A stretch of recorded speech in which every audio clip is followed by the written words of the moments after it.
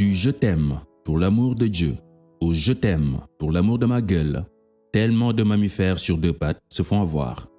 Combien de personnes se retrouvent abandonnées, trahies, larguées sans raison évidente par leur partenaire du jour au lendemain, parfois au moment même où elles comptaient le plus sur leur soutien.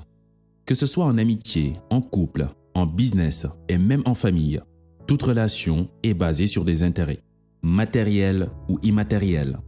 Calme-toi, je vais t'expliquer. Générique.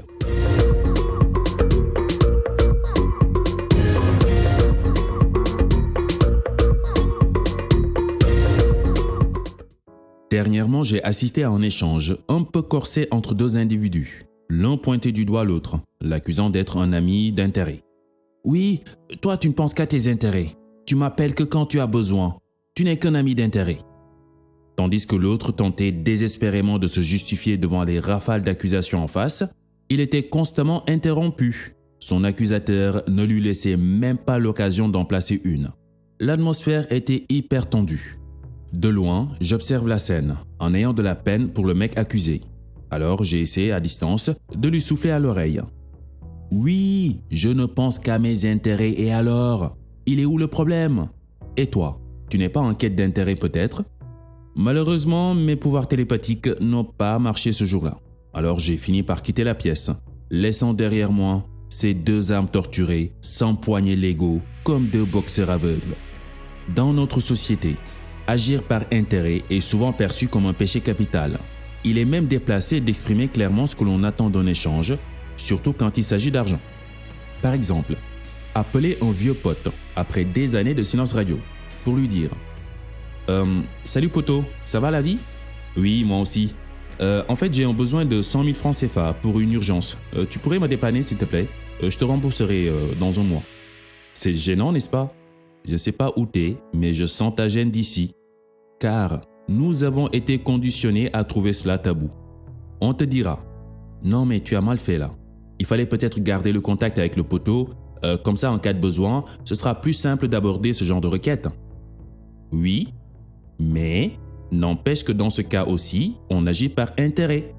Beaucoup plus discret, c'est vrai, mais moins sincère.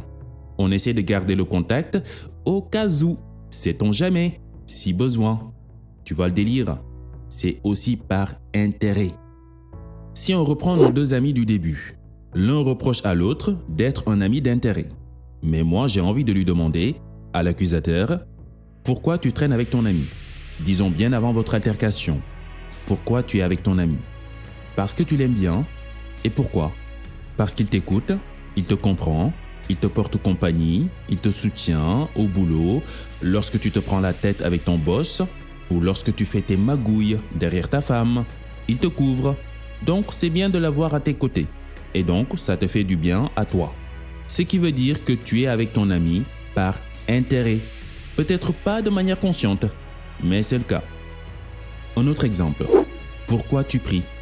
Pourquoi tu laisses toutes tes préoccupations de la vie pour aller à la mosquée, à l'église ou à la forêt invoquer tes ancêtres? Pourquoi d'après toi? Pourquoi pratiquement tous les jours tu fais ta petite demande à Dieu? Parce que tu aimes Dieu, sincèrement, ou plutôt parce que tu aimes les poches de Dieu? Tu aimes ce que Dieu apporte à ta vie? Soyons sincères, je vais t'aider un peu. Tu pries parce que tu te sens beaucoup mieux après, plus confiant, plus serein, plus détendu. Tu pries parce que tu veux que Dieu te protège des démons, des sorciers, des araignées. Tu pries parce que tu veux que Dieu te procure la richesse, plus d'argent, une belle voiture, une belle maison, un beau mari fidèle et qui donne l'argent, une belle femme qui sait cuisiner et qui ne parle pas beaucoup. Tu vois, tu pries dans l'intérêt d'avoir 3 points de suspension. Ajoute ce que tu veux. Pourquoi tu fais la charité? Pourquoi tu donnes de l'argent, de la bouffe, des vêtements aux nécessiteux? Parce que tu serais philanthrope par hasard comme Bill Gates? Par amour désintéressé pour autrui, tu leur donnes des choses? Ou plutôt parce que quelque part, on t'a dit que c'est bien. Ça te protège de la malchance, ça fructifie tes biens, ça te rend plus cool au regard des autres, ou simplement tu en tires une certaine satisfaction personnelle. Une sorte de gratitude de savoir que grâce à toi, il y a des personnes qui respirent beaucoup mieux sur Terre. Encore une fois, il y a un intérêt derrière, même si c'est juste de la satisfaction personnelle. Pourquoi tu es en couple? Pourquoi tu es en couple avec cette personne? Parce que la personne te fait rire? C'est ça?